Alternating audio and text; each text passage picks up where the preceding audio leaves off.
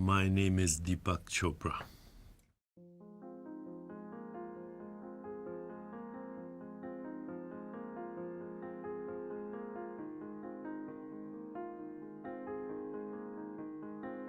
Growing up, very early in my life, when I was about 6 years of age, my father was in England.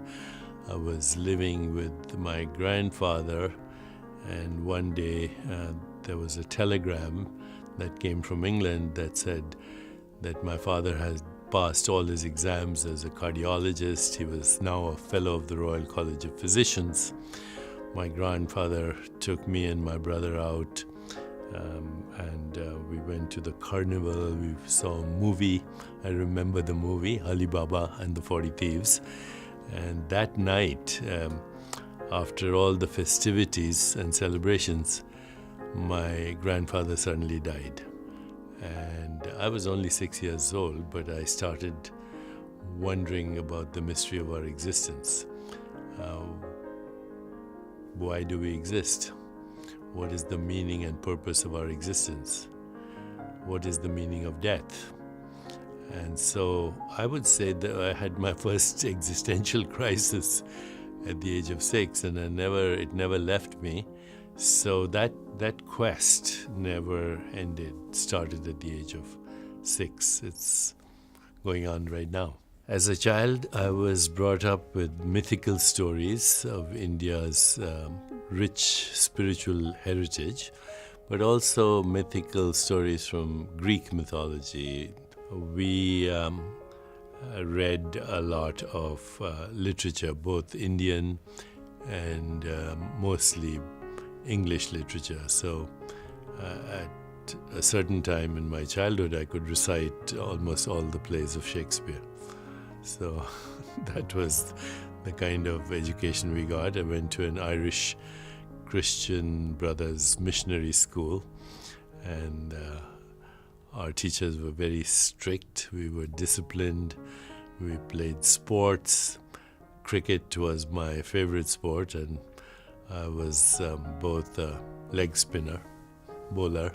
And my father wanted me to go into medicine. I wanted to be a writer.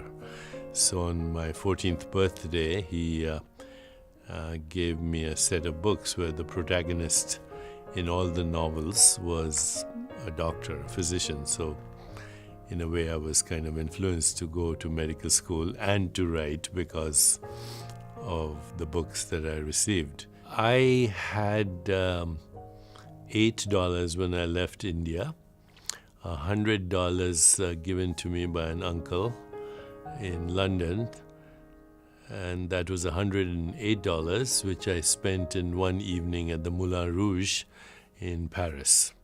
And so when I arrived in New York, actually I had no money.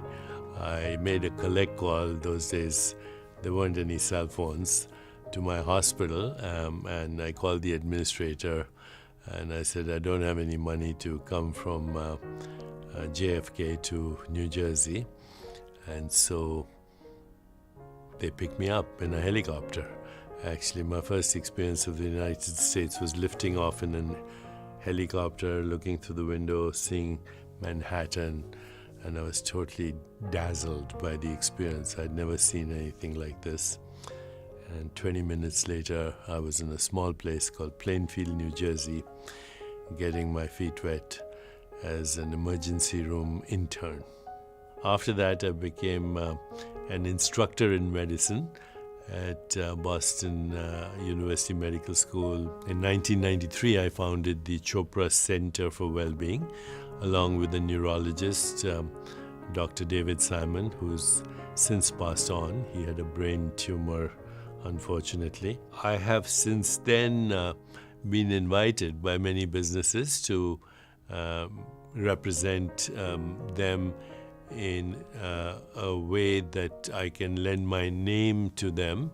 And of course, I vet them and make sure that they're in alignment with my thinking and my goals. So whatever has happened as a business has happened very spontaneously. It wasn't part of the plan. In fact, nothing in my life has been a part of the plan. I came here as an immigrant at a time when actually the country was in great turmoil as it is now. So when I came to this country as an immigrant, as an intern, there was the Vietnam War. It was coming to an end, but there was a lot of turmoil. There was Watergate happening. There were riots in Boston around busing. There was a lot of racism, and the civil rights movement was recent. I've been through a period in this country when I first came, which was almost as turbulent as it is now. So I'm not a pessimist about how bad things seem to be at the moment. They are bad. We are in the midst of racism and bigotry and hatred and prejudice and all the things that basically feel wrong and is being used. The immigration experience is being used as a weapon to create more fear and as a weapon for power-mongering, cronyism, influence peddling, corruption, and all of that. What I've learned is that in the absence of self-awareness, there will never be self-realization. And in the absence of self-realization, there will never be joy, happiness, loss of fear, and creativity and imagination and meaning and purpose. So the unexamined life is not worth living.